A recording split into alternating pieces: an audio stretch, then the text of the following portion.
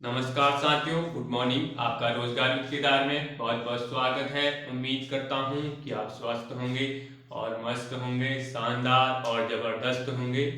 आपकी तैयारी बेहतरीन ढंग से चल रही होगी और आप पुराना पढ़ाया गया एक बेहतरीन ढंग से रिवीजन कर रहे होंगे। तो दोस्तों, उम्मीद है कि आप जो पुराना है उसको एक बेहतरीन ढंग से रिवीजन कर रहे होंगे।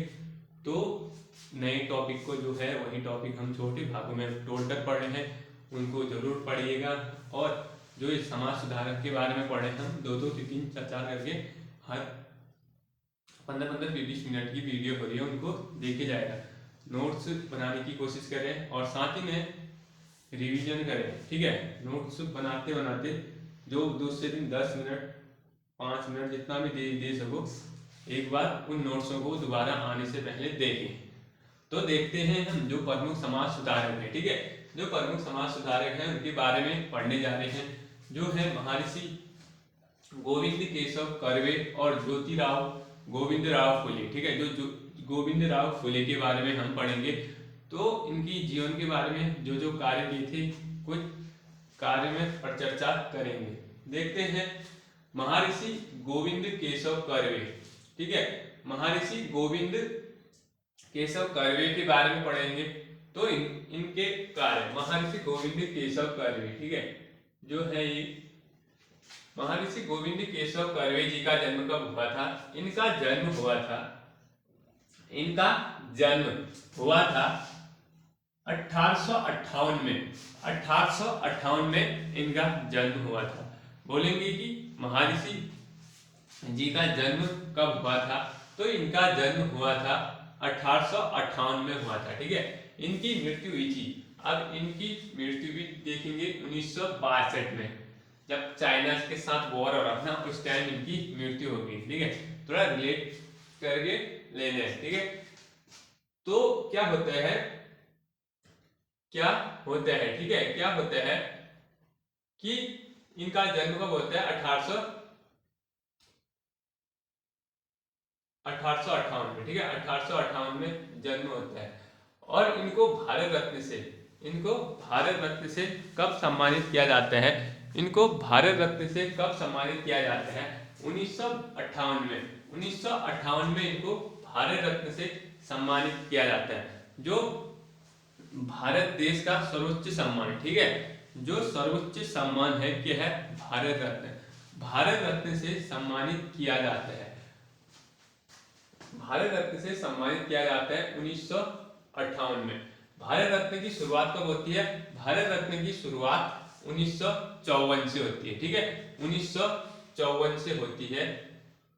कब होती है? 1954 से। पहली बार कितने लोगों को दिया था? पहली बार 3 लोगों को दिया था, ठीक है। पहली बार 3 लोगों को दिया था। तो बोलते हैं या 1900 क्या क्या हो गया? 1958 में इनको भारत रत्न से सम्मानित किया गया था। किसको? महर्षि गोविंद केशव कर्वे जी को, ठीक है। महर्षि गोविंद केशव कर्वे जी को इनको क्या किया गया था? सम्मानित किया गया था, ठीक हो गया। इसके बाद होता है तो 1893 में। 1893 में इन्होंने क्या किया? 1893 में इन्होंने विधवा पुनर्विवाह, जो विधवा पुनर्विवाह प्रचारक मंडल की स्थापना की, ठीक है। जो विधवा पुनर्विवाह प्रचारक मंडल की स्थापना की थी। कब की थी? 1893 में। 1893 में इन्होंने स्थापना की थी, ठीक है। इन्होंने स्थापना की थी क्या? विधवा पुनर्विवाह प्रचारक मंडल, ठीक है। जो प्रचार कर रहे थे जो विधवा पुनर्विवाह के लिए, ठीक है, उस मंडल की स्थापना की थी। किस मंडल की? विधवा पुनर्विवाह मंडल की स्थापना की थी। किसने की थी? तो जो महर्षि जी ने की थी, ठीक है। महर्षि गोविंद केशव कर्वे जी ने की थी। कहां की थी? इन्होंने की थी जो पुणे महाराष्ट्र के अंदर की थी। 1893 में विधवा पुनर्विवाह प्रचारक मंडल की स्थापना कहां की थी? महाराष्ट्र, जो पुणे में की थी, ठीक है। जो पुणे में की थी, ठीक हो गया। फिर 1896 में हिंदू महिला विश्वविद्यालय, ठीक है। हिंदू महिला विश्वविद्यालय वह हिंदू विधवा ग्रह, ठीक है, ग्रह की स्थापना की थी। दो किए थे कि इन्होंने हिंदू महिला विश्वविद्यालय और हिंदू विधवा ग्रह की स्थापना की गई थी। कहाँ की थी? ये भी पुणे में की थी, ठीक है। इन्होंने कहाँ की थी? पुणे में की थी। कहाँ की थी? पुणे में की थी। क्या की थी? हिंदू महिला विश्वविद्यालय और हिंदू विधवा ग्रह की स्थापना पुणे में की थी। 1896 में की थी, ठीक है, 1896 में की थी। जो इसके बाद जो स्नातक महिलाओं के लिए, जो स्नातक महिलाएं विश्वविद्यालय 1916 में बंबई में खोला था। जो स्नातक महिला विश्वविद्यालय, ठीक है, स्नातक महिला विद्यालय जो विश्वविद्यालय खोली थी, कहाँ खोली थी? इन्होंने बंबई में खोली थी। कब खोली थी? 1916 में खोली थी, ठीक है। श्रीमती नाथीबाई दामोदर ठकराठी, ठीक है, श्रीमती नाथीबाई दामोदर ठकराठी जी के नाम पर खोला था यह विश्वविद्यालय। जो महिला विश्वविद्यालय इनके नाम पर खोला था। किसके नाम पर खोला था? इन्होंने खोला था श्रीमती नाथीबाई दामोदर ठकराठी के नाम पर यह विश्वविद्यालय खोला था, ठीक है। यह विश्वविद्यालय खोला था। कब खोला था? 1916 में खोला था, ठीक है, 1916 में खोला था।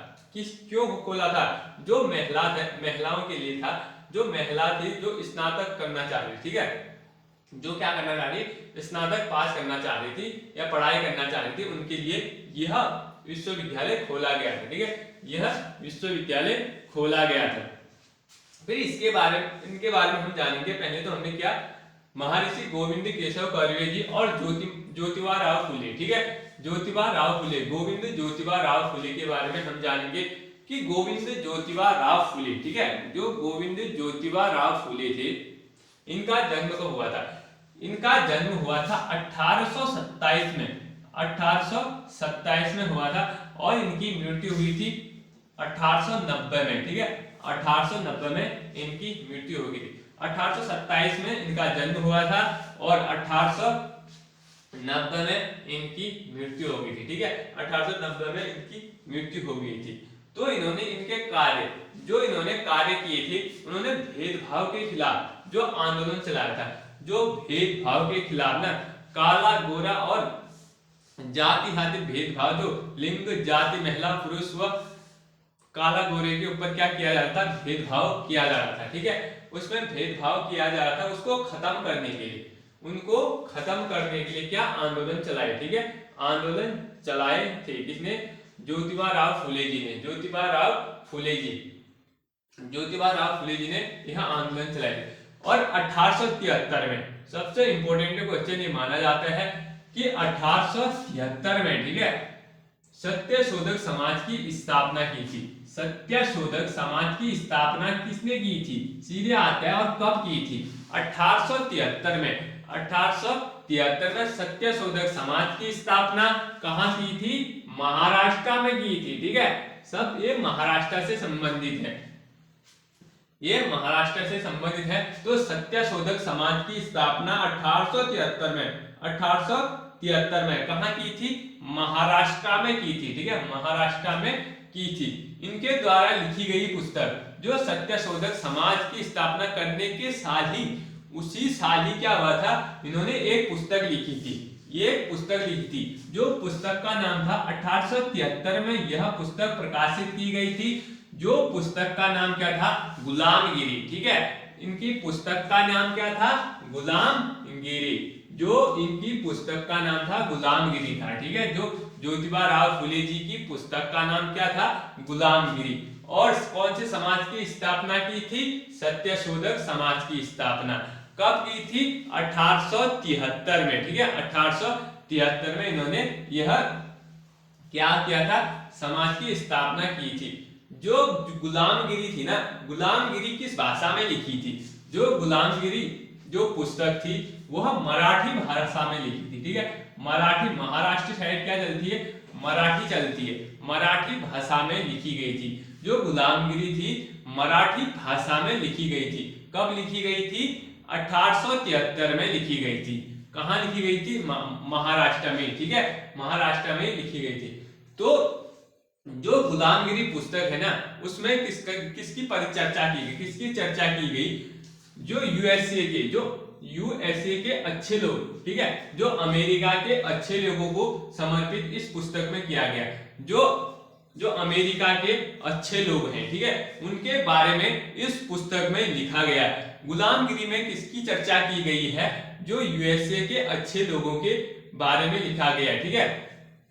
किसके बारे में? यूएसए के जो अच्छे व्यक्ति हैं उनके बारे में लिखा गया। किस पुस्तक में? गुलामगिरी में, ठीक है। गुलामगिरी किसने लिखी थी? ज्योतिबा राव फुले जी ने लिखी थी। किससे संबंधित है बोलेंगे? गुलामगिरी अमेरिका के लोगों से।